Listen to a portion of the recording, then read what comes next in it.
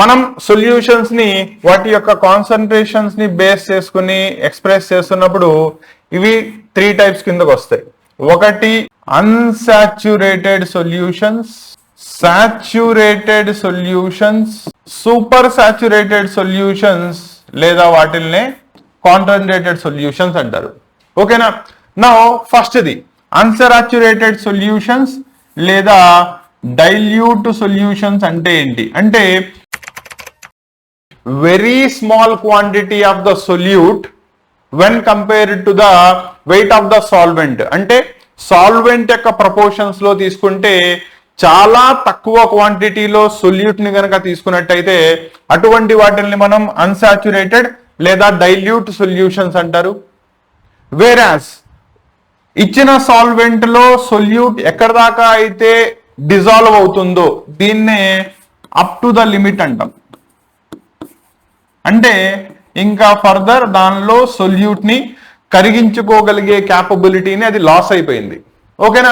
So ఎక్కడ దాకా అయితే కరిగించుకుంటుందో అక్కడ దాకా నువ్వు దానిలో సొల్యూట్ ని డిజాల్వ్ చేసావు. అటువంటి వాటిని ఏమంటారు? సాచ్యురేటెడ్ సొల్యూషన్స్ అంటారు. ఓకేనా? నెక్స్ట్ సాచ్యురేషన్ ని దాటి అప్పుడు ఏం చేస్తావు? కండిషన్స్ ని మార్చాలి. ప్రెషర్ ని ఎక్కువ చేయడము, టెంపరేచర్ ని పెంచడము, ఇలా వాటిల్ని ఎలివేట్ చేసి దాని యొక్క లిమిట్ ని దాటి దానిలో సొల్యూట్ ని డిజాల్వ్ చేసావు. దెన్ అటువంటి వాటిల్ని మనం కాన్సన్ట్రేటెడ్ సొల్యూషన్స్ లేదా సూపర్ సాచ్యురేటెడ్ సొల్యూషన్స్ అంటారు.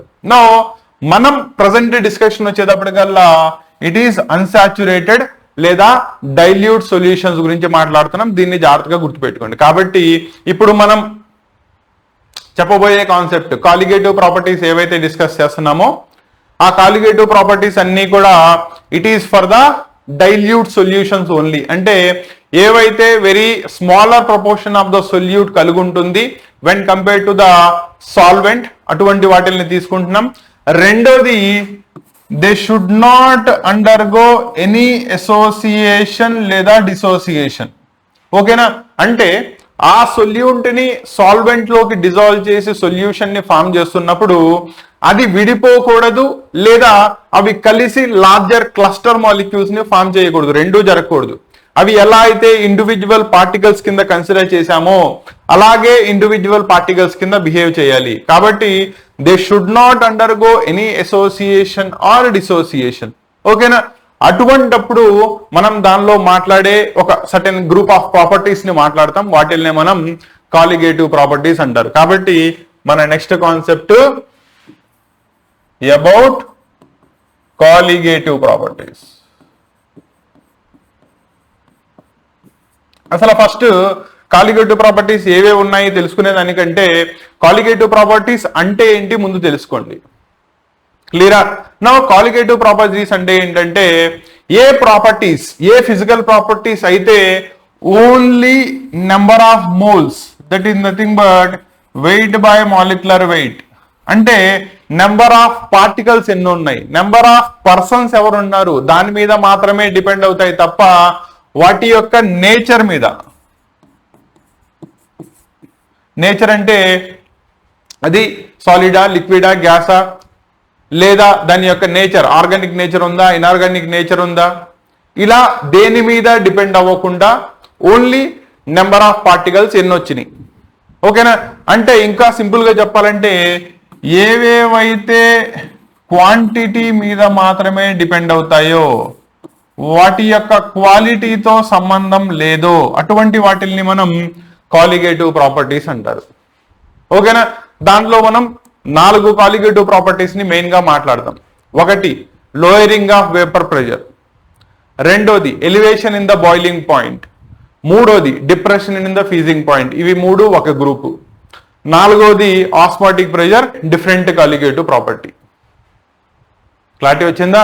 సో ఇలా ఇక్కడ మనం కాలిగేటివ్ ప్రాపర్టీస్ డిస్కస్ చేయబోతున్నాం. మళ్ళీ చెప్తున్నాను, colligative properties is nothing but the physical properties that depends only on the number of moles of the substance or number of moles of solute present in the dilute solutions and independent of, does not depend upon the nature of the solute or quality of the solution, such colligative properties are known as colligative properties అంటాం.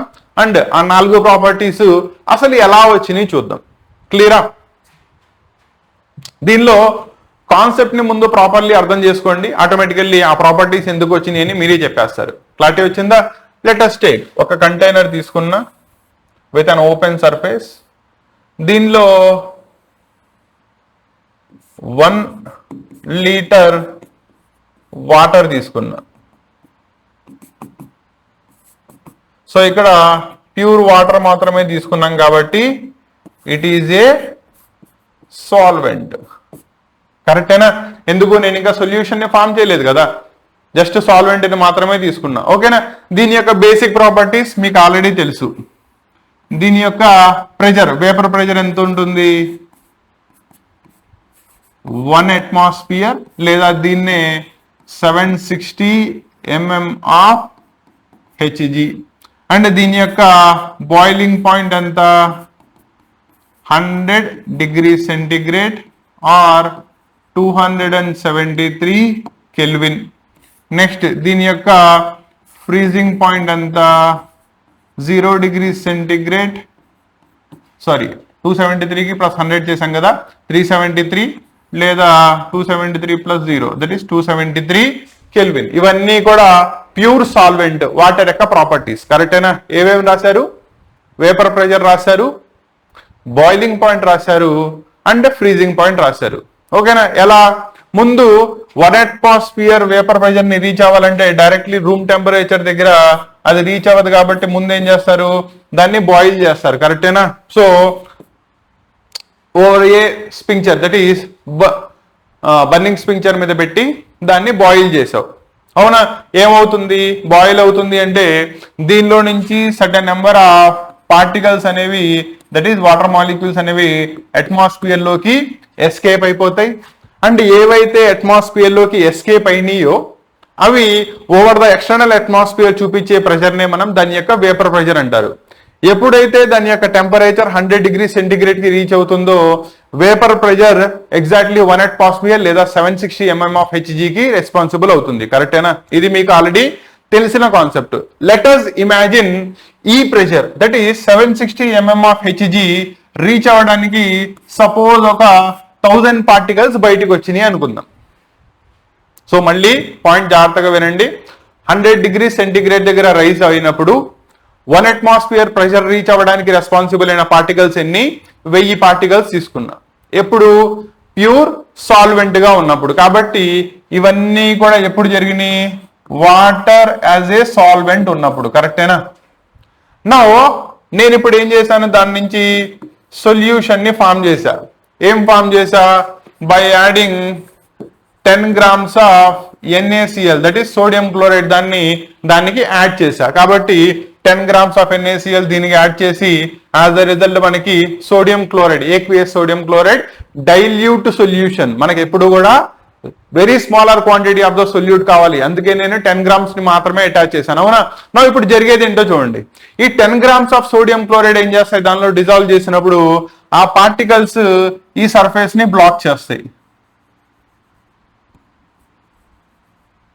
So ఇవన్నీ కూడా ఏంటి? Sodium chloride. అవునా? దానిలో dissolve అయ్యేది. అంటే ఏం చేసింది? ఇందాక ఏదైతే 1000 పార్టికల్స్ 100 degrees centigrade రాగానే పైకి అట్మాస్ఫియర్ లోకి ఈజీలీ ఎస్కేప్ అయినాయో ఈసారి కూడా 1000 పార్టికల్స్ బయటికి రాగలవా? రాలేవు. బికాస్ మీరు యాడ్ చేసిన NaCl ఏం చేసింది? దానిలో ఉన్న సర్ఫేస్ ని బ్లాక్ చేసిందిగా. సో ఈసారి ఈ మధ్యలో ఉన్న బ్లాకేజెస్ లో నుంచి మాత్రమే నీ వాటర్ పార్టికల్స్ అనేవి ఎస్కేప్ అవుతాయి. కాబట్టి ఈసారి ఏమవుతుంది? 1000 పార్టికల్స్ ప్లేస్ లో 600 పార్టికల్స్ మాత్రమే బయటకు వచ్చినాయి అనుకో. అర్థమైందా? అంటే సాల్ట్, దట్ ఈస్ సొల్యూట్ ని యాడ్ చేసి మీరు సొల్యూషన్ ఎప్పుడైతే ఫామ్ చేస్తారో జరిగింది ఏం జరిగింది? ఎన్నైతే పార్టికల్స్ ప్యూర్ సాల్వెంట్ దానిలో ఎట్ పర్టికులర్ టెంపరేచర్ దగ్గర లీక్ అవుతున్నాయో, దట్ ఈస్ ఎస్కేప్ అవుతున్నాయో ఫ్రమ్ ద సర్ఫేస్, అవి తగ్గిపోతున్నాయి. నౌ నెంబర్ ఆఫ్ పార్టికల్స్ తగ్గినాయి అంటే అవి చూపించే ప్రెషర్ తగ్గిపోయిద్దిగా. అవునా? 760 mm ఆఫ్ Hg రావాల్సింది కాస్త ఈసారి సొల్యూషన్ వచ్చేటప్పటికల్లా 560 mm ఆఫ్ Hg వస్తుంది. అంటే వేపర్ ప్రెషర్ లో ఏమైంది? డ్రాప్ కనబడిందా? సాల్వెంట్ నుంచి సొల్యూషన్ ఫామ్ చేసేటప్పటికల్లా వేపర్ ప్రెషర్ తగ్గిపోయింది కాబట్టి దాన్ని ఏమన్నారు, లోయరింగ్ ఆఫ్ వేపర్ ప్రెషర్ అన్నారు. కరెక్టేనా? రెండోది సెకండ్ చూడండి, ఇందాక 760 mm ఆఫ్ హెచ్జీ రావాలి అంటే 100 degrees సెంటిగ్రేడ్ దగ్గర దాకా హీట్ చేసావు. కరెక్టేనా? కానీ ఈసారి ఏం చేస్తుంది, అది 560 వచ్చింది. 560 760లోకి వెళ్ళాలంటే నువ్వు సపోజ్ 130 degrees సెంటిగ్రేడ్ దాకా హీట్ చేయాలి, అంటే టెంపరేచర్ ని పెంచాలి. కరెక్టేనా? అంటే నీ బాయిలింగ్ పాయింట్ ఏమైంది, ఇప్పుడు 100 degrees ఉన్నది కాస్త 130 degreesకి వెళ్ళిపోయింది. Elevation in the boiling point. రెండోది, ఏదైతే రూమ్ టెంపరేచర్ 27 degrees సెంటిగ్రేడ్ నుంచి 0 degrees వచ్చేటప్పటికల్లా అది ఫ్రీజ్ అయిందో, అది ఇక్కడికి వచ్చేటప్పటికల్లా సమ్ 18 degrees సెంటిగ్రేడ్ దగ్గరే ఫ్రీజ్ అయిపోతుంది. అదేంటి సార్, ఇక్కడ ఫ్రీజింగ్ పాయింట్ ఏమో 0 degrees రాశారు, ఇక్కడ 18 degrees రాశారు కదా, అంటే ఫ్రీజింగ్ పాయింట్ పెరిగింది కదా అనుకోమాకండి. ఎక్కడి నుంచి మనం కంపేర్ చేసుకోవాలి, యాక్చువల్లీ అది ఉన్న 27 degrees సెంటిగ్రేడ్ నుంచి కంపేర్ చేసుకో. 27 నుంచి 0కి రావాలి అంటే టెంపరేచర్ ఎంత తగ్గాలి, 27 degrees తగ్గాలి. కానీ ఇక్కడ 27 నుంచి 18 రావాలి అంటే 9 degrees తగ్గితే చాలు కదా. సో 27తో కంపేర్ చేసుకుంటే ఫ్రీజింగ్ పాయింట్ 9 degrees అయిపోయింది. అవునా? అంటే ఏమైంది, ఫ్రీజింగ్ పాయింట్ తగ్గింది. దాన్ని depression in the freezing point అంటారు. క్లారిటీ వచ్చిందా? సినిమా మొత్తం క్లియర్ గా అర్థమైనట్టేనా అన్న? సో జాగ్రత్తగా చూసుకోండి, మళ్ళీ చెప్తున్నా, కాన్సెప్ట్ అర్థం కావడం చాలా ఇంపార్టెంట్. ఓకేనా? ప్యూర్ సాల్వెంట్ గా ఉన్నప్పుడు ఏదైతే vapour pressure, boiling point, freezing point ఉంటుందో, మనం ఎప్పుడైతే సొల్యూషన్ ఫామ్ చేసామో వేపర్ ప్రెషర్ తగ్గిపోతుంది.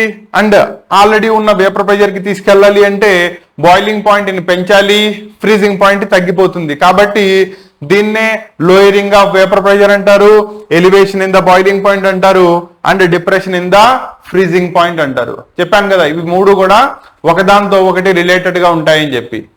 క్లియరా? So first 3 basic colligative properties ఒకదాంతో ఒకటి రిలేటెడ్ గా ఉంటాయి.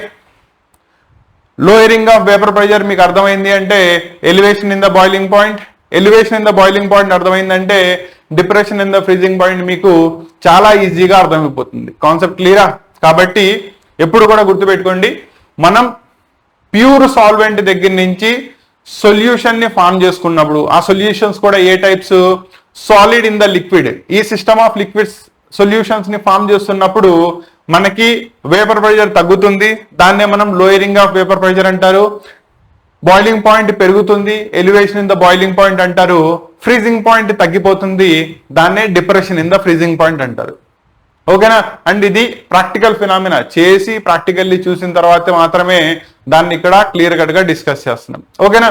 ఇలా మనకి ఫస్ట్ 3 కాలిగేటివ్ ప్రాపర్టీస్ వస్తాయి, 1 by 1 వాటి గురించి డిస్కస్ చేసుకుంటూ వెళ్దాం. అవి అయిపోయిన తర్వాత 4వ colligative property, that is osmotic pressure, అది డిఫరెంట్ ఫినామినా ఉంటుంది, దాన్ని మాట్లాడదాం. క్లియరా? కాబట్టి సో కాలిగేటివ్ ప్రాపర్టీస్ అంటే రాసుకున్నారు కదా. కాలిగేటివ్ ప్రాపర్టీస్ అంటే ఏ ప్రాపర్టీస్ అయితే నెంబర్ ఆఫ్ మోల్స్ మీద మాత్రమే డిపెండ్ అవుతాయో, నేచర్ ఆఫ్ ద సబ్స్టెన్స్ మీద డిపెండ్ అవ్వవో, వాటిల్ని మనం కాలిగేటివ్ ప్రాపర్టీస్ అంటారు. అండ్ కాలిగేటివ్ ప్రాపర్టీస్ ని లిస్ట్ అవుట్ చేసి చెప్పండి అంటే ఓవరాల్ గా 4 కాలిగేటివ్ ప్రాపర్టీస్ మనం లిస్ట్ అవుట్ చేయాలి. క్లియరా? నా ఒక్కొక్క కాలిగేటివ్ ప్రాపర్టీని మాట్లాడదాం. ఫస్ట్ వచ్చేటప్పటికల్లా it is lowering of vapour pressure. క్లియరా? అండ్ ఈ ప్రాపర్టీని రవల్ట్ అనే కెమిస్ట్ మాట్లాడాలి కాబట్టి దీన్ని మనం రవల్స్ లా గవర్న్ చేస్తుంది. ఓకేనా? అసలు రవల్స్ లా ఏం చెప్తుంది about lowering of vapour pressure, అదంతా కూడా ప్యూర్ గా క్లియర్ గా చూద్దాం. క్లియరా? 1 by 1 చూడండి. ముందు మనం ఎవరిని తీసుకున్నాం, సాల్వెంట్ ని తీసుకున్నాం, దానికి సొల్యూట్ ని కలిపిన తర్వాత సొల్యూషన్ ఫామ్ అయింది. కరెక్టేనా? నో సాల్వెంట్ యొక్క వేపర్ ప్రెషర్ ని P0 అట్మాస్ఫియర్స్ అనుకోండి, అండ్ సొల్యూషన్ వచ్చేటప్పటికల్లా దాన్ని PS అనుకోండి. ఓకేనా? No P0 is the vapor pressure of pure solvent and PS is the vapor pressure of solution. ఓకేనా? ఇక్కడ ఏం జరిగింది మీరు ఇందాక చూసారు కదా, 760 నుంచి 540కి తగ్గిపోయింది. అంటే ఎవరు ఎక్కువ ఉన్నారు, సాల్వెంట్ ఎక్కువ ఉంటుంది. కరెక్టేనా? కాబట్టి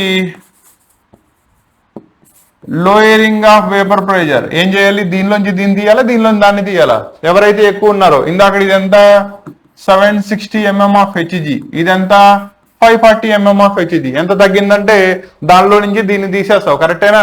కాబట్టి P0 minus PS that is pure solvent యొక్క వేపర్ ప్రెషర్ లో నుంచి సొల్యూషన్ యొక్క వేపర్ ప్రెషర్ ని తీసేసావు, కరెక్టేనా. నా దీని యొక్క రేషియో కనుక్కుంటే దాన్నే రిలేటివ్ అంటారు. కాబట్టి relative lowering of vapour pressure is equal to lowering of vapour pressure divided by vapour pressure of the pure solvent. అంటే ఎంతైతే లోయరింగ్ ఆఫ్ వేపర్ ప్రెషర్ వచ్చిందో దాన్ని ప్యూర్ సాల్వెంట్ యొక్క వేపర్ ప్రెషర్ తో డివైడ్ చేస్తే ఆ రేషియోనే మనం relative lowering of vapour pressure అంటారు. కాబట్టి ఇది ఎంత వస్తుంది, P0 minus PS divided by P0, కరెక్టేనా. సో ఏం కనుక్కున్నారు, లోయరింగ్ ఆఫ్ వేపర్ ప్రెషర్ లో ముందు relative lowering of vapour pressure ని కనుక్కున్నారు.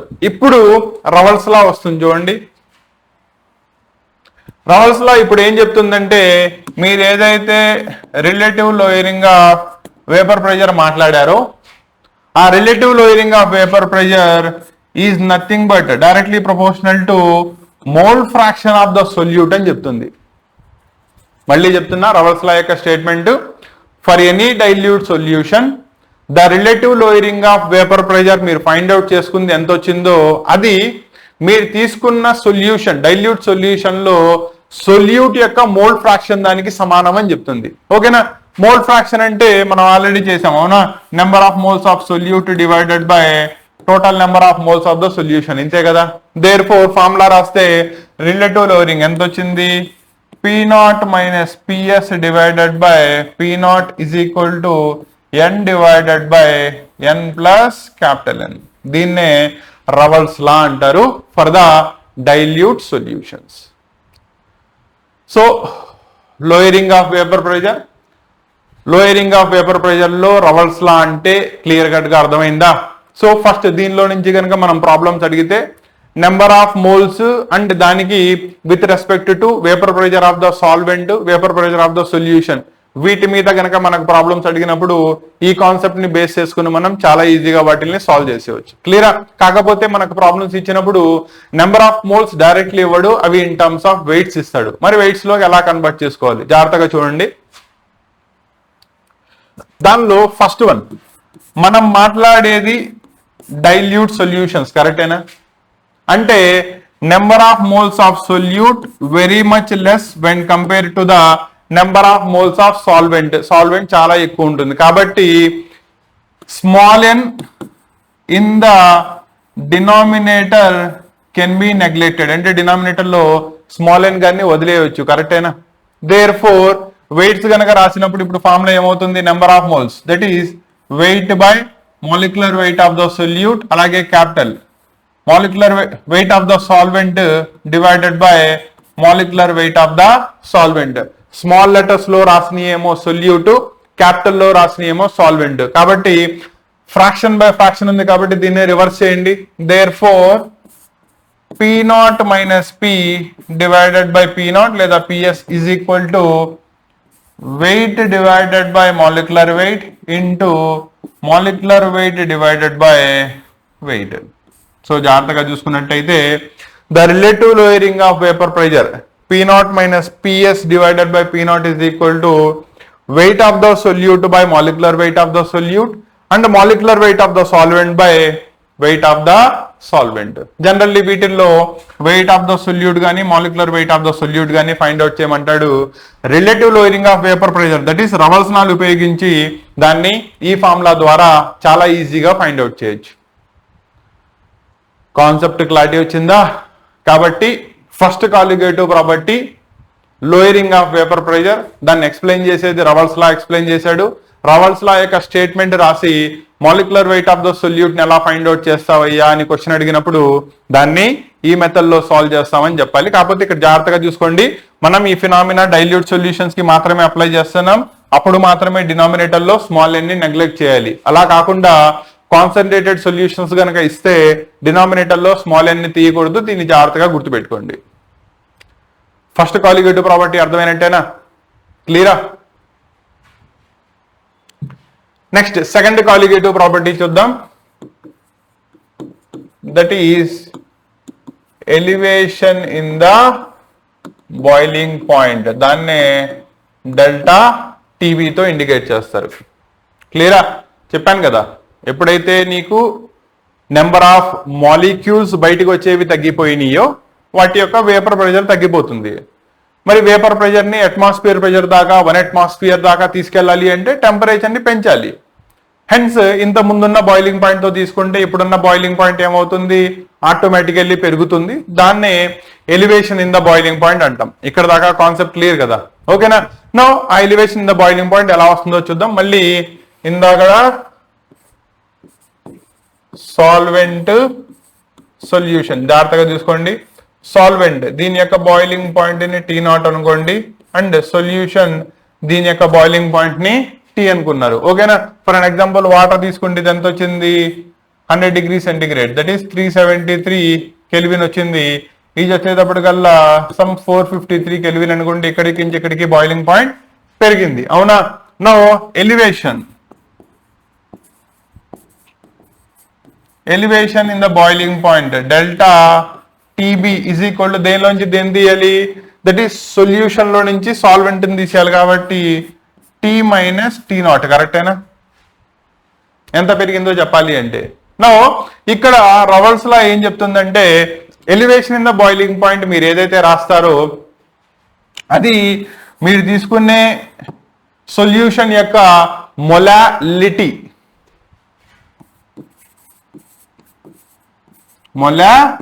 LITY. ఓకేనా? దానికి డైరెక్ట్లీ ప్రపోర్షనల్ గా ఉంటుంది అని చెప్తుంది. అంటే elevation in the boiling point for any dilute solution is directly proportional to its molality. క్లియరా? నో దీన్ని సాల్వ్ చేద్దాం. Therefore delta TB proportionality is equal కింద మార్చాలంటే ప్రపోర్షనాలిటీ ఫ్యాక్టర్ కేబీతో మల్టిప్లై చేయాలి into correspondingly molality of the solution, where ఇక్కడ కేబీని ఆ సొల్యూషన్ యొక్క మోలాల్ ఎలివేషన్ కాన్స్టెంట్ అంటారు. దీని వాల్యూ మీకు డైరెక్ట్లీ కింద బ్రాకెట్స్ లో ఇచ్చేస్తాడు, డైరెక్ట్లీ సబ్స్టిట్యూషన్ చేసుకోవచ్చు. క్లియరా? Therefore elevation in the boiling point is equal to molal elevation constant for that dilute solution into its molality. మనకు ఆల్రెడీ మొలాలిటీ చదువుకున్నాం. అవునా? మొలాలిటీ ఫార్ములా ఏంటి? Weight by molecular weight into 1000 divided by weight of the solvent. ఓకేనా? ఇది already తెలిసిందేగా. కాబట్టి తీసుకెళ్లి substitute చేస్తే the elevation in the boiling point is equal to molal elevation constant into weight of the solute into 1000 divided by molecular weight of the solute into weight of the solvent expressed in the grams. దీన్నే elevation in the boiling point అంటారు. Clarity వచ్చిందా? కాబట్టి elevation in the boiling point అర్థమైతేనే next part that is depression in the freezing point అర్థమవుతుంది. క్లియరా? నా depression in the freezing point ఎలా తీసుకొస్తారు? సేమ్ కాన్సెప్ట్ ఏముండదు. ఓకేనా? రవల్స్ లా ఏం చెప్తుందంటే depression in the freezing point కూడా మొలాలిటీకి డైరెక్ట్లీ ప్రపోర్షనల్ గానే ఉంటుంది అని చెప్తుంది. కాబట్టి once elevation in the boiling point మీకు అర్థమైంది, depression in the freezing point మీకు ఆటోమేటికల్లీ అర్థమైపోతుంది. క్లారిటీ వచ్చిందా? Therefore elevation in the boiling point నుంచి మీకు మెయిన్ గా మాలిక్యులర్ వెయిట్ ని ఎలా ఫైండ్ అవుట్ చేస్తారు అనే దాని మీద డెరివేషన్ కానీ ప్రాబ్లమ్స్ కానీ అడుగుతూ ఉంటాడు. కాబట్టి దీని మీద బేస్ అయ్యి ప్రాబ్లమ్స్ ని 1 by 1 నెక్స్ట్ క్లాసెస్ లో రివైజ్ చేసుకుంటూ వెళ్దాం. ముందు కాన్సెప్ట్ అర్థం చేసుకోండి. క్లియరా? సో ఈ రోజుకి ఈ రెండు కాలిగేటివ్ ప్రాపర్టీస్ ని ప్రాపర్లీ అర్థం చేసుకోండి. ఇవైపోతే నెక్స్ట్ దానిలో ఇది తెలిసిపోయిందంటే నెక్స్ట్ ఇది ఈజీగా అర్థమైపోద్ది. Depression in the freezing point and దాంతో పాటు ఇంకా ఫైనల్ ఆస్మాటిక్ ప్రెషర్ అవి చెప్పుకుంటూ ఒక సొల్యూషన్ కనుక అసోసియేషన్ డిసోసియేషన్ జరగకూడదని చెప్పండి స్టార్టింగ్ లో, మీకు గుర్తుందో లేదో. ఓకేనా? అప్పుడే కాలిగేటివ్ ప్రాపర్టీస్ అప్లికబుల్ అవుతాయి. అసోసియేషన్ కానీ డిసోసియేషన్ కానీ జరిగిపోయింది అనుకోండి, అప్పుడు there will be a change in the colligative property. మీరు థియరిటికల్లీ అబ్జర్వ్ చేసేదానికంటే అక్కడే మీకు వాంట్ హాఫ్ ఫ్యాక్టర్ అనే నెక్స్ట్ కోఎఫిషియంట్ అవుతుంది. యాక్చువల్లీ ఇవన్నీ కూడా మనకు ఎక్స్ప్లెయిన్ చేసింది వాంట్ హాఫ్ లానే. కాబట్టి వాంట్ హాఫ్ ఫ్యాక్టర్ అంటే ఏంటి, అది ఎలా ఫైండ్ అవుట్ చేయాలి, దాని నుంచి డిగ్రీ ఆఫ్ డిసోసియేషన్ అసోసియేషన్ ఎలా ఫైండ్ అవుట్ చేస్తారు, అదంతా కూడా మీకు నెక్స్ట్ క్లాస్ లో ఎక్స్ప్లెయిన్ చేస్తాను. క్లియరా? సో ఈ రోజు క్లాస్ వచ్చేటప్పటికల్లా అసలు డైల్యూట్ సొల్యూషన్స్ అంటే ఏంటి, ఎలా తయారు చేస్తారు, ఆ డైల్యూట్ సొల్యూషన్స్ నుంచి కాన్సెప్ట్ ఆఫ్ కాలిగేటివ్ ప్రాపర్టీస్ ఏమేమి వచ్చినాయి, దానిలో ఉన్న 4 కాలిగేటివ్ ప్రాపర్టీస్ ఏంటి, అంటే వాటిల్లో మార్పు రావడం, ఊరికే బట్టి పట్టాల్సిన అవసరం లేకుండా అసలు అది ఎలా జరుగుతుందో క్లియర్ కట్ గా చెప్పాను, జాగ్రత్తగా చూసుకోండి. దాంట్లో first one lowering of vapour pressure, Raoult's law ద్వారా ఎలా ఎక్స్ప్లెయిన్ చేస్తాం, elevation in the boiling point, molality నుంచి ఎలా ఫైండ్ అవుట్ చేస్తాం. ఈ 2 కాన్సెప్ట్స్ క్లియర్ కట్ గా చూసుకోండి. నెక్స్ట్ క్లాస్ దానిలో depression in the freezing point, osmotic pressure చెప్తాను. ఓకేనా? ఇక్కడ దాకా ఏమైనా డౌట్ ఉన్నట్టయితే చాట్ బోర్డ్ సిస్టమ్ ని యూజ్ చేసుకోండి, మీ డౌట్స్ అన్నిటిని అడగండి. మీ డౌట్స్ అన్నిటికీ కూడా నేను క్లారిఫికేషన్ ఇస్తాను. క్లాస్ ఎలా ఉంది నాన్న, నచ్చిందా? ఇది మన ఆన్లైన్ క్లాసెస్ దానిలో నుంచి one of the demo class మాత్రమే. ఏపీ ఆర్ తెలంగాణ రెండిట్లోనూ ఇంటర్మీడియట్ లేదా 10th క్లాస్ కి సంబంధించి maths, physics and chemistry and దాంతోపాటు సాంస్క్రిట్ కి సంబంధించిన క్లాసెస్ అన్నీ కూడా ఆన్లైన్ క్లాసెస్ దానిలో కంప్లీట్ సిలబస్ ని ఈచ్ అండ్ ఎవ్రీ పాయింట్ తో కవర్ చేసుకుంటూ క్లాసెస్ ని మన కాసిం సార్ క్లాసెస్ యాప్ ద్వారా ఆన్లైన్ బ్యాచెస్ కి అందించడం జరుగుతుంది. ఓకేనా? రెండో పాయింట్, కాసిం సార్ యాప్ ని ప్రమోట్ చేసుకోవడానికి వచ్చిన కమర్షియల్ యాడ్ అయితే కాదు. పర్పస్ వచ్చేటప్పటికల్లా ఇప్పట్లో చాలా మంది ఆన్లైన్ క్లాసెస్ పేరుతో క్లాసెస్ ఏమీ ఉండవు, కాకపోతే ఫీజు పేమెంట్ అయితే ముందు కట్టించేసుకుంటున్నారు. ఓకేనా? అలా కాకుండా మన దానిలో అసలు క్లాసెస్ ఎలా ఉంటాయి, in depth point to point, మీరు దీంతో పాటు ఎంసెట్ కి ప్రిపేర్ అయినా, ఐఐటి మెయిన్స్ అడ్వాన్స్ కి ప్రిపేర్ అవుతున్నా కూడా దాని యొక్క కంప్లీట్ ఫౌండేషన్ తో పాటు సిలబస్ కంప్లీట్ అయ్యే విధంగా మీ క్లాసెస్ ఎలా అవుతాయి అనేది తెలియడం కోసమే మీకు ఈ డెమో క్లాస్ ని అప్లోడ్ చేయడం జరుగుతుంది. కాబట్టి ఈ క్లాస్ ని క్లియర్ కట్ గా చూసుకోండి. క్లాస్ నచ్చినట్టయితే దీనికి సంబంధించిన మీ కంప్లీట్ సిలబస్ అన్ని క్లాసెస్ అన్ని కూడా మన Kasim sir classes app, that is online batches లో అవైలబుల్ గా ఉంటాయి. ఇంట్రెస్టెడ్ గా ఉంటే కనుక డెఫినెట్లీ ఎన్రోల్ చేసుకోండి. మూడో కాలిగేటివ్ ప్రాపర్టీ, అండ్ మీకు ఆల్రెడీ చెప్పాను కదా, కాలిగేటివ్ ప్రాపర్టీస్ లో ఫస్ట్ 3 కాలిగేటివ్ ప్రాపర్టీస్ ఒకలా ఉంటాయి. అంటే relative lowering of vapour pressure, లేదా సింపుల్ గా లోయరింగ్ ఆఫ్ వేపర్ ప్రెషర్ తీసుకున్నా, అలాగే బాయిలింగ్ పాయింట్ లో వచ్చే elevation and depression in the freezing point, ఇవి 3 కూడా డిపెండెన్సీ కూడా ఒకేలా ఉంటుంది. మనం మాట్లాడేటప్పుడు అందుకనే ఈ మూడింటిని కలిపి మాట్లాడతాం. ఓకేనా? అండ్ మీరు ఆల్రెడీ ఇంతకు ముందు క్లాస్ కనుక చూసుకున్నట్టయితే elevation in the boiling point దానికి that is delta TB find out చేసుకునేటప్పుడు KB, that is molal elevation constant into corresponding molality of the solution. ఇది ఆల్రెడీ నేర్చుకున్నారు. దాని యొక్క ఎక్స్పాన్షన్ అంటే దాని నుంచి molecular weight of a substance, ఏదైతే సొల్యూట్ యొక్క మాలిక్యులర్ వెయిట్ ని మీరు ఫైండ్ అవుట్ చేయాలో అది ఎలా డిరైవ్ చేయొచ్చో కూడా లాస్ట్ క్లాస్ లో చెప్పాను. క్లియరా?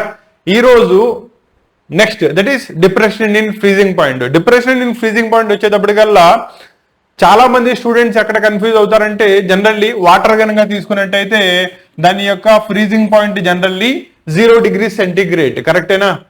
వేరాస్ ఫ్రీజింగ్ పాయింట్ లో దట్ ఈస్ సొల్యూషన్ ఫామ్ చేసిన తర్వాత దాని freezing point suppose aqueous NaCl solution form చేశాను అనుకోండి, సమ్ 18 డిగ్రీ సెంటిగ్రేడ్ దగ్గరికి వెళ్ళిపోతుంది. అంటే 0 డిగ్రీ సెంటిగ్రేడ్ కి రావాల్సిన అవసరం లేకుండానే 18 డిగ్రీస్ దగ్గరే అది ఫ్రీజ్ అయిపోతుంది. చాలా మంది స్టూడెంట్స్ కన్ఫ్యూజ్ ఎక్కడ అవుతున్నారంటే, సార్ ఇక్కడ 0తో కంపేర్ చేసుకుంటే 18 అనేది లార్జర్ వాల్యూ కదా, అంటే దీన్ని elevation in the freezing point అని చదవాలి కదా, దట్ ఈస్ బాయిలింగ్ పాయింట్ పెరిగినట్టు, మరి డిప్రెషన్ అని ఎందుకు చదువుతున్నారు? ఇక్కడ చిన్న పాయింట్ మీకు క్లారిటీ ఇస్తాను చూడండి. నార్మల్లీ వాటర్ రూమ్ టెంపరేచర్ దగ్గర ఏ టెంపరేచర్ లో ఉంటుంది? 27 డిగ్రీ సెంటిగ్రేడ్, లేదా స్టాండర్డ్ లో కనుక తీసుకున్నట్టయితే ఇదే మీకు 25 డిగ్రీ సెంటిగ్రేడ్ అవుతుంది. ఇది తెలుసు కదా. నో పాయింట్ చూసుకోండి, నార్మల్లీ 27 డిగ్రీ సెంటిగ్రేడ్ లో ఉన్న వాటర్ ని 0 డిగ్రీ సెంటిగ్రేడ్ దగ్గరికి తీసుకొస్తే అది ఫ్రీజ్ అవుతుంది, కరెక్టేనా? అంటే మీరు టెంపరేచర్ ని ఎంత తగ్గించాలి?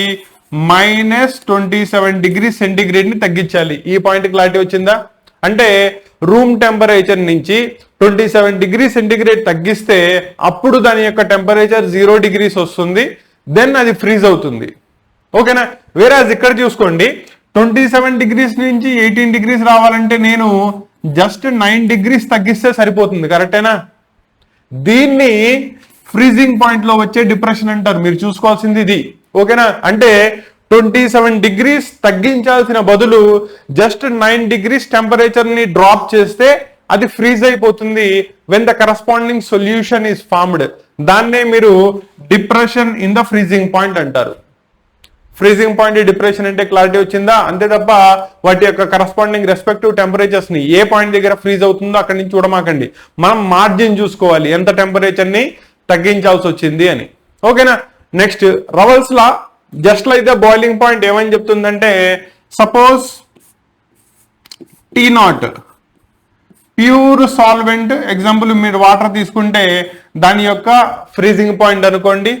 అలాగే టీ కనుక తీసుకున్నట్టయితే మీరు ఫామ్ చేసిన సొల్యూషన్ యొక్క ఫ్రీజింగ్ పాయింట్. ఓకేనా? No depression in the freezing point delta TF ఎంత తగ్గించాల్సి వచ్చింది. ఓకేనా?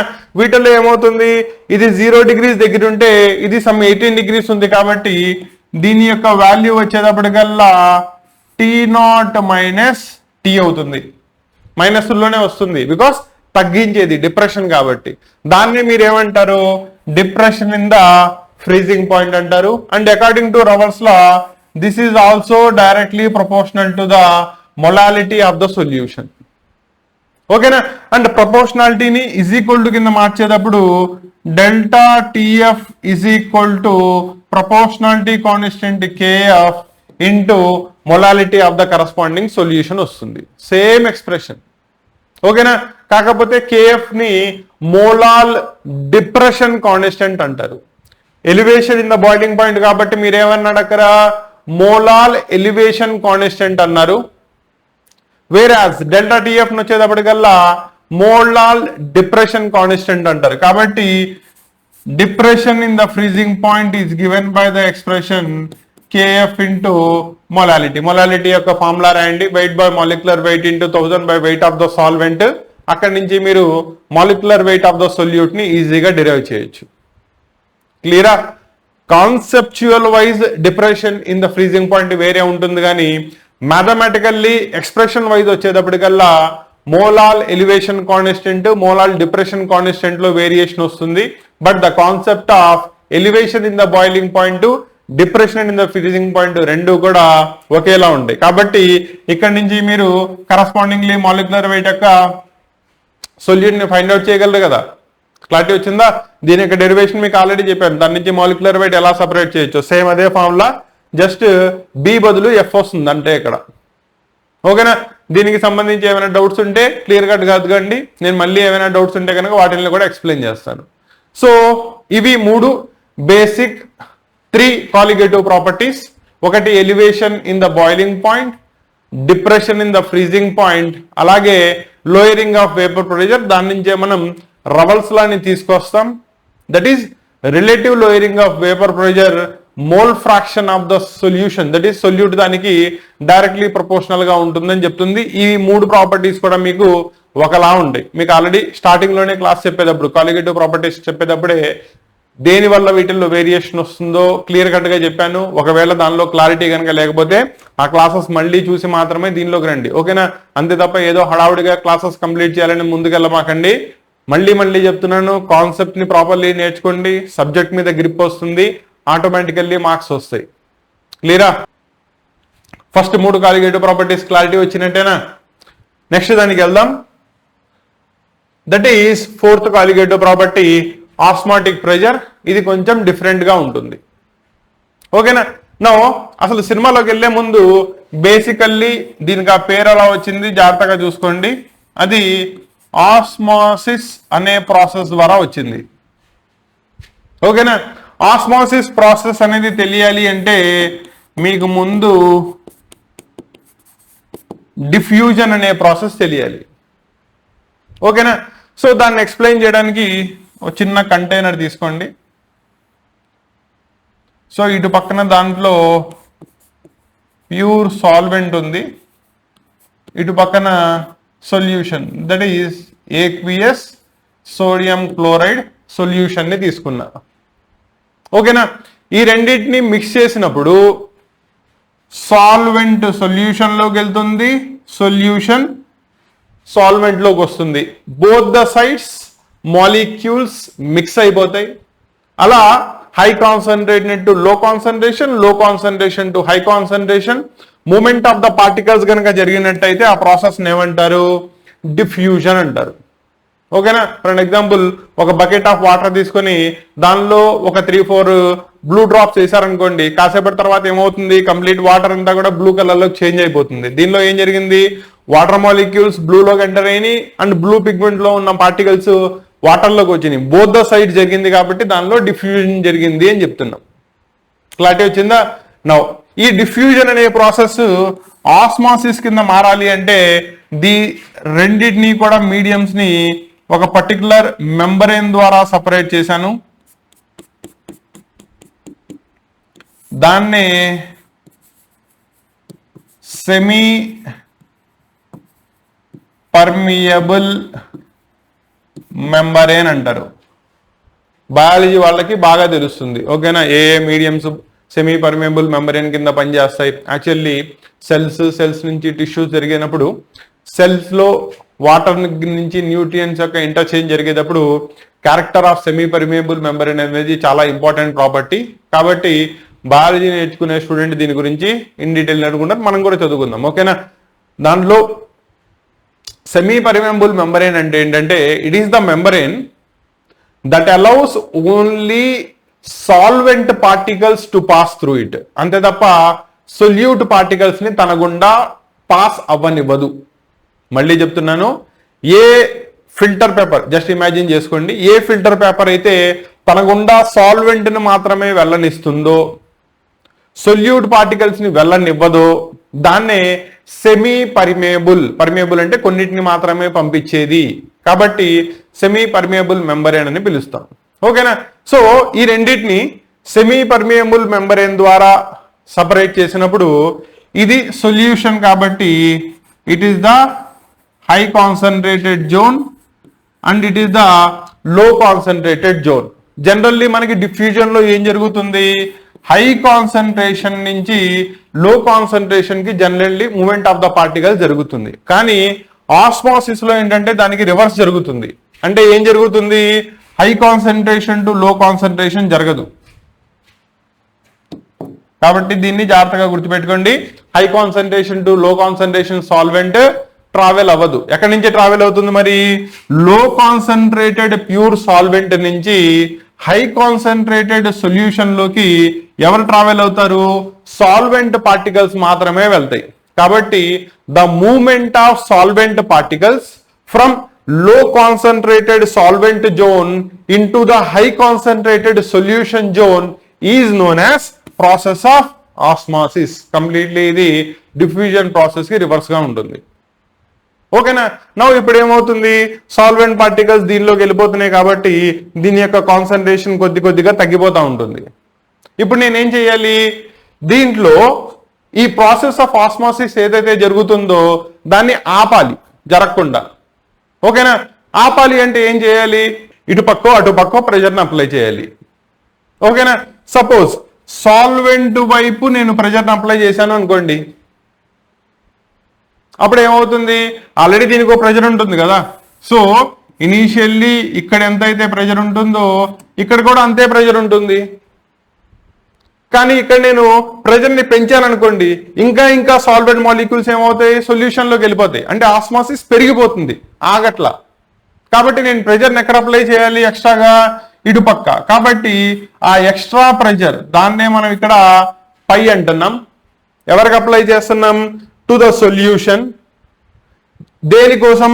To stop the process of osmosis. అంటే movement of solvent particles solution లోకి రాకుండా మనం సొల్యూషన్ వైపు ఎక్స్ట్రాగా ప్రెషర్ని అప్లై చేస్తున్నాం. ఆ ఎక్స్ట్రా ప్రెషర్ ఎంతైతే అప్లై చేశామో to stop the process of osmosis దాన్నే మనం ఆస్మాటిక్ ప్రెషర్ అంటారు. కాన్సెప్ట్ క్లారిటీ వచ్చిందా? కాబట్టి osmotic pressure is the excess amount of pressure that is applied on the solution part to prevent or to stop the process of movement of solvent particles from pure solvent, that is low concentrated to high concentrated zone, that is process of osmosis ni ఆపాలి. దాన్నే మనం osmotic pressure అంటారు. This osmotic pressure is represented by the symbol phi తో indicate చేస్తారు. Concept అంతా clarity వచ్చిందా? So ముందు osmosis అంటే ఏంటో తెలిస్తే ఆస్మాటిక్ ప్రెజర్ తెలుస్తుంది. అందుకే మీకు ముందు చెప్పేటప్పుడు అసలు డిఫ్యూజన్ అంటే ఏంటో చెప్పాను, డిఫ్యూజన్ నుంచి ఆస్మోసిస్ కి తేడా ఏంటో చెప్పాను, ఆస్మోసిస్ నుంచి ఆస్మాటిక్ ప్రెజర్ అంటే ఏంటో అప్పుడు అర్థమవుతుంది. క్లియరా? ఇప్పుడు ఆస్మాటిక్ ప్రెజర్ ని మ్యాథమెటికల్లీ తీసుకురావాలి. దానికి కూడా సింపుల్ లాజిక్ చెప్తా.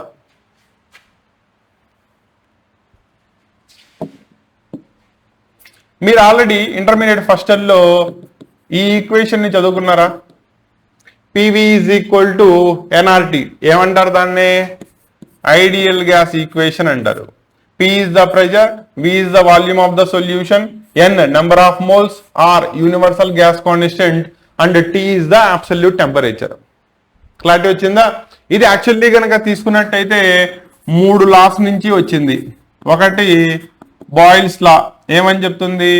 Volume inversely proportional to pressure at constant temperature. కరెక్టేనా?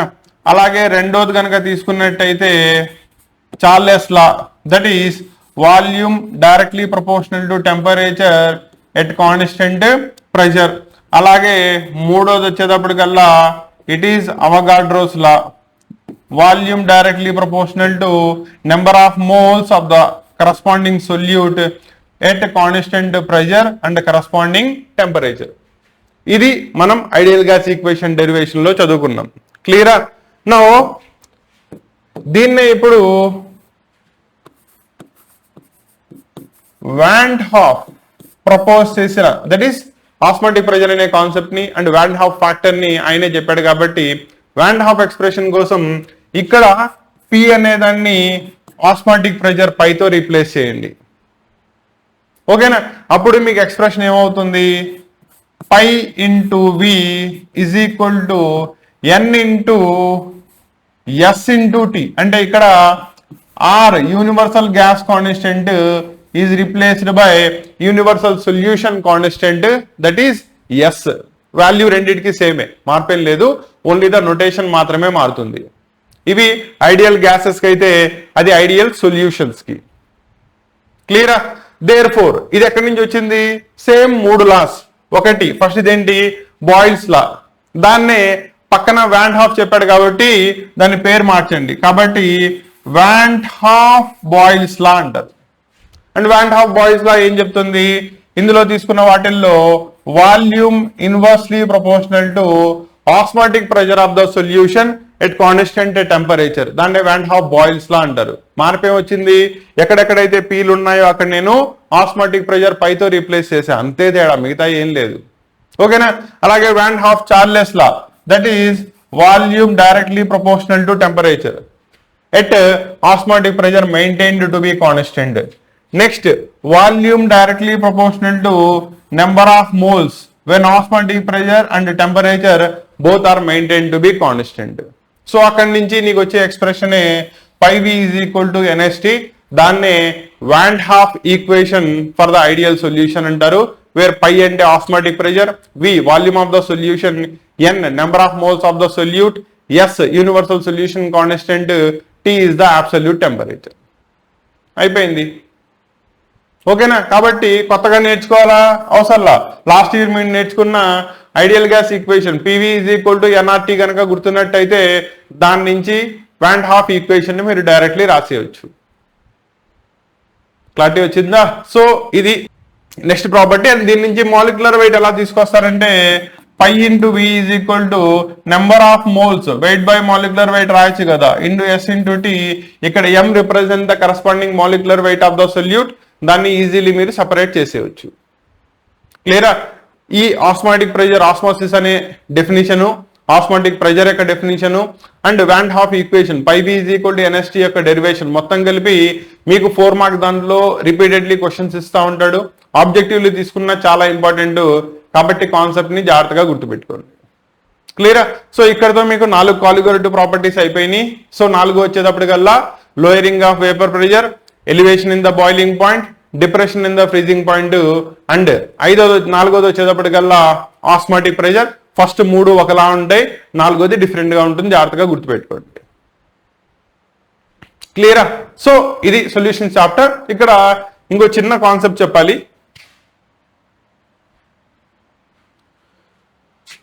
సో మీరు ఇక్కడ దాకా నేర్చుకున్న వాటిల్లో ఇంకో చిన్న కాన్సెప్ట్ వచ్చేటప్పటికల్లా ఏంటంటే మీకు స్టార్టింగ్ లోనే కాలిగేటివ్ ప్రాపర్టీస్ చెప్పేటప్పుడు చెప్పాను, అవునా?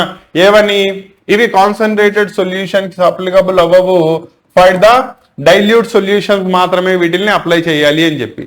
రెండోది, ఇందులో వన్స్ యాడ్ చేసినప్పుడు సొల్యూట్ అసోసియేషన్ గాని డిసోసియేషన్ గాని జరగకూడదు. అర్థమైందా? అసోసియేషన్ అయితే ఏమవుతాయి? విడిగా ఉన్న పార్టికల్స్ కలిసిపోతాయి కాబట్టి నెంబర్ ఆఫ్ మోల్స్ తగ్గిపోతుంది. వేరాస్ డిసోసియేషన్ జరిగితే ఉన్న పార్టికల్స్ సెపరేట్ అయిపోతాయి, నెంబర్ ఆఫ్ పార్టికల్స్ పెరుగుతాయి. దానివల్ల ప్రాపర్టీ అబ్నార్మల్ కాలిగేటివ్ ప్రాపర్టీ అనేది రైజ్ అవుతుంది. అంటే కాలిగేటివ్ ప్రాపర్టీలో మీరు ఏదైతే వాల్యూని అబ్జర్వ్ చేస్తారో క్యాలిక్యులేట్ చేసేటప్పటికల్లా దాని యొక్క వాల్యూ మారిపోతుంది.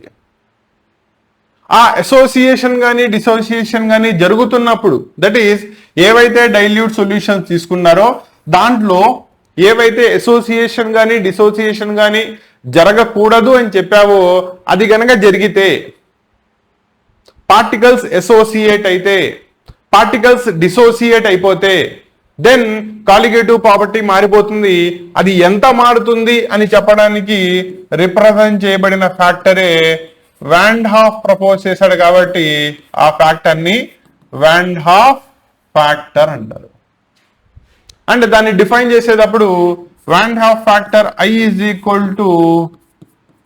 అబ్జర్వ్డ్ కాలిగేటివ్ ప్రాపర్టీ, 4 ఎవరైనా అయి ఉండొచ్చు, divided by calculated colligative property. ఓకేనా? అంటే మీరు ఎంత అబ్జర్వ్ చేస్తారు డివైడెడ్ బై దాని యొక్క క్యాలిక్యులేటెడ్ వాల్యూ ఎంత వస్తుంది అనేది. లేదు, మాలిక్యులర్ మాస్ లో చెప్పాలి. మీరు ఆల్రెడీ చదువుకున్నారు, ప్రతి దానిలో అబ్జర్వ్ చేసుకున్నట్టయితే మాలిక్యులర్ మాస్ డినామినేటర్ లో వచ్చింది కాబట్టి మీరు ఎనీ కాలిగేటివ్ ప్రాపర్టీ తీసుకోండి, it is inversely proportional to molecular mass. కరెక్టేనా? కాబట్టి in terms of molecular mass లో రాస్తే ఈ ఎక్స్ప్రెషన్ కాస్త మారిపోతుంది, ఇది పైకి వెళ్ళిపోతుంది, ఇది కిందకు వస్తుంది. కాబట్టి calculated molecular weight divided by observed molecular weight or abnormal molecular weight, దీన్నే వాన్ హాఫ్ ఫ్యాక్టర్ అంటారు. క్లారిటీ వచ్చిందా? సో వాన్ హాఫ్ ఫ్యాక్టర్ యొక్క పర్పస్ ఏంటి, అసలు ఎప్పుడు పనికి వస్తుంది? వెన్ ఏదైతే సొల్యూట్ మనం యూజ్ చేసి సొల్యూషన్ ని, డైల్యూట్ సొల్యూషన్ ని ఫామ్ చేసామో అది during the formation of the solution if association కానీ డిసోసియేషన్ కానీ జరిగితే, జరగల కాలిగేటివ్ ప్రాపర్టీ నార్మల్ గానే ఉంటుంది. ఆ సిచ్యువేషన్ లో అబ్జర్వ్డ్ వాల్యూ క్యాలిక్యులేటెడ్ వాల్యూ రెండు సమానంగా వస్తాయి. అటువంటి టైంలో colligative property that is van Hoff factor is always equal to 1 అవుతుంది. అటువంటి సిచ్యువేషన్స్ లో మనకి ప్రాబ్లం లేదు. వేరాజ్ డిసోసియేషన్ కానీ అసోసియేషన్ కానీ అయినట్టయితే కాలిగేటివ్ ప్రాపర్టీలో మార్పు వస్తుంది. ఆ మార్పు ఎంత వస్తుంది అని చెప్పేదాన్నే వాన్ హాఫ్ ఫ్యాక్టర్ అంటారు. ఓకేనా? సపోజ్ అసోసియేషన్ డిసోసియేషన్ అయిపోయింది, వాన్ హాఫ్ ఫ్యాక్టర్ ని వాడాల్సి వచ్చింది, అప్పుడు కాలిగేటివ్ ప్రాపర్టీస్ ఎలా మారుతాయి? అన్ని మారిపోతాయి. First the relative lowering of vapour pressure కనుక తీసుకున్నట్టయితే P0 - P0 is equal to van Hoff factor into corresponding mole fraction of the solute అవుతుంది. అలాగే సెకండ్ ఇది delta TB elevation in the boiling point is equal to I into KB into M, that is van Hoff factor multiplication జరుగుతుంది ప్రతిదానికి right side లో. అలాగే మూడోది depression in the freezing point, that is I into KF into M. నాలుగోది osmotic pressure πV is equal to I into NST అవుతుంది. అలా ప్రతిదానికి కూడా RHS లో, that is right hand side లో మనం దాని యొక్క abnormality, that is van Hoff factor ని మల్టిప్లికేషన్ చేయాల్సి వస్తుంది. దెన్ ఓన్లీ మనకి ప్రాపర్ కాలిగేటివ్ ప్రాపర్టీని ఫైండ్ అవుట్ చేసుకునే ఛాన్సెస్ ఉంటాయి. కాన్సెప్ట్ క్లారిటీ వచ్చిందా? సో ఇది ఓవరాల్ గా సొల్యూషన్స్ చాప్టర్ కి సంబంధించిన complete session. 4 colligative properties and దాంతోపాటు వన్ హాఫ్ ఫ్యాక్టర్ యొక్క స్మాల్ డిస్కషన్. ఇప్పుడు అసోసియేషన్ కానీ డిసోసియేషన్ కానీ జరిగితే దీన్ని జాగ్రత్తగా గుర్తుపెట్టుకోండి. అండ్ ఈ కాన్సెప్ట్స్ లో ఎక్కడైనా డౌట్ ఉన్నా కూడా మీరు చాట్ బోర్డ్ సిస్టమ్ ని యూజ్ చేసుకోండి. మీరు ఉన్న డౌట్స్ ని అరేంజ్ చేయండి అండ్ ప్రతి డౌట్ దానికి మీకు క్లారిటీని ఇస్తాను. ఓకేనా? రెండోది, దీంతో పాటు మీకు ఎవరెవరైతే క్లాసెస్ తీసుకున్నారో దానికి సంబంధించి స్పెషల్ టెలిగ్రామ్ ఛానల్ ఉంటుంది అండ్ స్పెషల్ వాట్సాప్ ఛానల్ ఉంటుంది. ఏది ఎవరెవరైతే పెయిడ్ బ్యాచెస్ ఉన్నాయో ఈచ్ పెయిడ్ బ్యాచ్ కి మీకు సపరేట్ గా దానికి సంబంధించిన వాట్సాప్ ఛానల్ ఉంటుంది. దానిలో మీ డౌట్స్ అన్నిటిని కూడా రైజ్ చేయొచ్చు. For an example second year చదువుతున్నారు, సెకండ్ ఇయర్ కి సంబంధించిన maths, physics, chemistry and biology వాళ్ళందరికీ సంబంధించి ఒక వాట్సాప్ గ్రూప్ అవైలబుల్ ఉంటుంది మీ డౌట్స్ డిస్కషన్ చేసుకోవడానికి. దానికి అలా ఈచ్ అండ్ ఎవ్రీ కోర్స్ దానికి ఉంటుంది. దానికి సంబంధించిన ప్రతి లింక్స్, ప్రతి డిస్క్రిప్షన్స్ కూడా మీకు కాంటాక్ట్ నెంబర్స్ సహా ఇవ్వడం జరుగుతుంది. కాబట్టి దాన్ని ప్రాపర్లీ యూటిలైజ్ చేసుకోండి. ఈచ్ అండ్ ఎవ్రీ డౌట్ ని క్లియర్ కట్ గా ముందు అర్థం చేసుకోండి. అప్పుడే మీకు కాన్సెప్ట్ ని ప్రాపర్లీ నేర్చుకుంటారు. సబ్జెక్ట్ మీద ఇంట్రెస్ట్ పెరుగుతుంది. సబ్జెక్ట్ మీద ఇంట్రెస్ట్ పెరిగింది అనుకోండి, మార్క్ అనేది అసలు పట్టించుకోవాల్సిన అవసరం లేదు. ఓకేనా? మనం ఎప్పుడైతే సబ్జెక్ట్ మీద ఇంట్రెస్ట్ ఉంటుందో ఆ ఇంట్రెస్ట్ తో చదివి ఎగ్జామ్స్ రాస్తామో ఎక్సలెన్స్ అనేది ఆటోమేటికల్లీ ఫాలో అయిపోద్ది నాన్న. కాబట్టి దానికి స్పెషల్ గా నువ్వు నేను ఎక్సెల్ అవ్వాలి కూర్చోవాల్సిన అవసరం అయితే ఏది ఉండదు. క్లియరా? కాబట్టి ఈ సిస్టమ్ ని ప్రాపర్లీ యూటిలైజ్ చేసుకోండి అండ్ ఈ క్లాసెస్ ని మీ ఫ్రెండ్స్ కూడా సజెస్ట్ చేయండి. ఓకేనా? సో దట్ క్లాసెస్ ఎంత ఎక్కువ మందికి రీచ్ అవుతా ఉంటే ఎక్కువ నెంబర్ ఆఫ్ ఒపీనియన్స్ వస్తూ ఉంటాయి. యాక్చువల్లీ దీనివల్ల కమర్షియల్లీ నేను గ్రో అవుతానా లేదా నా యాప్ డెవలప్ అవుతుందా ఇవన్నీ పక్కన పెట్టినట్టయితే ఒక కాన్సెప్ట్ ఎప్పుడైతే ఎక్కువ నెంబర్ ఆఫ్ స్టూడెంట్స్ కి రీచ్ అవుతుందో ఎక్కువ నెంబర్ ఆఫ్ ఒపీనియన్స్ దాని మీద బేస్ అయ్యి వస్తూ ఉంటాయి. డిఫరెంట్ థాట్స్ వస్తూ ఉంటాయి, డిఫరెంట్ పాయింట్ ఆఫ్ వ్యూస్ వస్తూ ఉంటాయి. అప్పుడు ఏమవుతుంది, డిఫరెంట్ పాయింట్ ఆఫ్ వ్యూస్ లో దాని మీద క్వశ్చన్స్ ని వాళ్ళు రైజ్ చేసినప్పుడు కాన్సెప్ట్ ఇంకా ఇలాబొరేటెడ్లీ ఎక్స్ప్లెయిన్ చేసే ఛాన్సెస్, డిఫరెంట్ వేస్ లో ఎక్స్ప్లెయిన్ చేసే పద్ధతులు ఉంటాయి. కాబట్టి కుదిరినంత వరకు మీ ఫ్రెండ్స్ కి సజెస్ట్ చేయండి. ఓకేనా? సో ఇది సొల్యూషన్స్ కి సంబంధించిన కంప్లీట్ క్లాస్. కాబట్టి ప్రాపర్లీ యూటిలైజ్ చేసుకోండి. అండ్ ఇది అయిపోయిన తర్వాత దీనికి సంబంధించిన ఇంపార్టెంట్ క్వశ్చన్స్ అవన్నీ కూడా లిస్ట్ అవుట్ చేసి అప్లోడ్ చేయడం జరుగుతుంది. వాటిలన్నింటినీ కూడా ఫస్ట్ ప్రిఫరెన్స్ లో ఇచ్చి ముందు కంప్లీట్లీ చేసుకోండి. దానికి సంబంధించిన ఈ చాప్టర్ నుంచి న్యూమరికల్ ప్రాబ్లమ్స్ ఎక్కువ ఉంటాయి. బేసికల్లీ కాన్సన్ట్రేషన్స్ ని ఫైండ్ అవుట్ చేయడం, molarity, normality, molality and mole fraction, వీటి మీద ప్రాబ్లమ్స్ ఎక్కువ వస్తూ ఉంటాయి. దెన్స్ అది అయిపోయిన తర్వాత కాలిగేటివ్ ప్రాపర్టీస్ మీద క్వశ్చన్స్ ఎక్కువ వచ్చే ఛాన్స్ ఉంది. అప్పుడప్పుడు మీకు కాలిగేటివ్ ప్రాపర్టీస్ తో పాటు వ్యాన్ హాఫ్ ఫ్యాక్టర్ మీద కూడా క్వశ్చన్స్ వచ్చే ఛాన్స్ ఉంటుంది. ఆబ్జెక్టివ్లీ వాళ్ళకైతే కనుక that is IIT mains, EAMCET, NEET వాళ్ళకైతే వ్యాన్ హాఫ్ ఫ్యాక్టర్ చాలా ఇంపార్టెంట్. దీన్ని జాగ్రత్తగా గుర్తుపెట్టుకోండి. క్లియరా? సో ఇది chapter. Next chapter that is electrochemistry. దాంతో మళ్ళీ నెక్స్ట్ క్లాస్ లో కలుద్దాం. Welcome to Kasim sir classes online app. మీకు ఈ యాప్ ద్వారా మీరు చదువుకుంటున్న 10th క్లాస్ కానివ్వచ్చు లేదా ఇంటర్మీడియట్ కానివ్వచ్చు, బోర్డ్ ఎగ్జామ్స్ దానికి, దాంతో పాటు ఆబ్జెక్టివ్ ఎగ్జామ్స్ వచ్చేటప్పటికల్లా ఐఐటి మెయిన్స్ లేదా నీట్, ఎఫ్సెట్ కి సంబంధించిన క్లాసెస్ అన్ని కూడా రికార్డెడ్ క్లాసెస్ ఫామ్ లో విత్ కంప్లీట్ స్టడీ మెటీరియల్ తో పాటు దీంట్లో మీకు అందించడం జరుగుతుంది. ప్రతి సబ్జెక్ట్ లో ప్రతి చాప్టర్ కి సంబంధించిన డెమో క్లాస్ ఎలా ఉండబోతుంది అనేది మీకు ముందుగానే తెలియాలి అనే ఉద్దేశంతో దాని క్లాస్ డెమో క్లాస్ ఇవ్వడం జరుగుతుంది. దాన్ని క్లియర్ కట్ గా చూసుకోండి. అండ్ ఆ కంటెంట్ చెప్పే పద్ధతి అండ్ మీకు ఎక్స్ప్లెయిన్ చేస్తున్న పద్ధతి ఇవి నచ్చితేనే క్లాసెస్ లోకి ఎన్రోల్ అవ్వండి. ఓకేనా?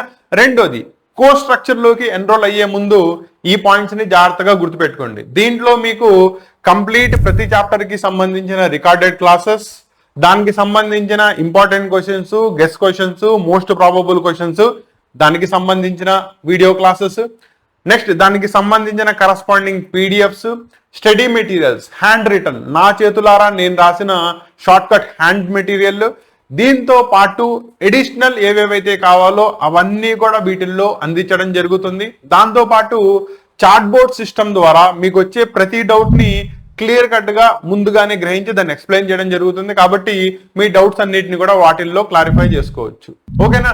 సో ఈ విధంగా నేను చెప్పే క్లాసెస్ అన్ని కూడా రికార్డెడ్ క్లాసెస్ అన్ని ప్రాపర్లీ వింటూ ఒక డే టు డే షెడ్యూల్లో దీన్ని కంప్లీట్ చేసుకుంటూ మీరు ముందుకు సాగాలి అనుకుంటే కనుక డెఫినెట్లీ ఈ క్లాసెస్ ని ఎన్రోల్ చేసుకోండి. అండ్ మళ్ళీ చెప్తున్నాను, దీంట్లో ఏ చాప్టర్ కి సంబంధించి ఏ టాపిక్ కూడా మిస్ అవ్వకుండా, ఒకవేళ మిస్ అయితే కనుక దాన్ని మళ్ళీ రికార్డ్ చేసి అప్లోడ్ చేయడంతో పాటు ప్రతి క్లాస్ యొక్క ప్రతి పాయింట్ ఇందులో డిస్కస్ చేయడం జరుగుతుంది ఇన్ డెప్త్.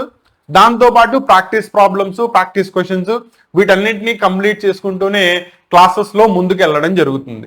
ఓకేనా? రెండోది, చాప్టర్ వైజ్ వచ్చేటప్పటికల్లా మీకు వీక్లీ ఒక చాప్టర్ అప్లోడ్ చేయడం జరుగుతుంది for every standard and every subject కి సంబంధించి. దానికి సంబంధించిన క్లాసెస్ అన్ని కూడా 30 to 45 minutes, అంటే అంతకంటే ఎక్కువ ఉంటే మళ్ళీ మీరు డివేట్ అయ్యే ఛాన్సెస్ ఉంది. కాబట్టి సో ఎటువంటి బోర్ కొట్టకుండా ప్రశాంతంగా క్లాసెస్ వినుకుంటూ ప్రశాంతంగా మీరు చదువుకునే విధంగా ఆల్మోస్ట్ 30 to 45 minutes మాత్రమే క్లాస్ ఉండేలాగా ఏ పార్ట్ కా part, heading to heading, topic to topic divide చేసుకుంటూ వీటిల్లో క్లాసెస్ ని అప్లోడ్ చేయడం జరుగుతుంది. ఓకేనా?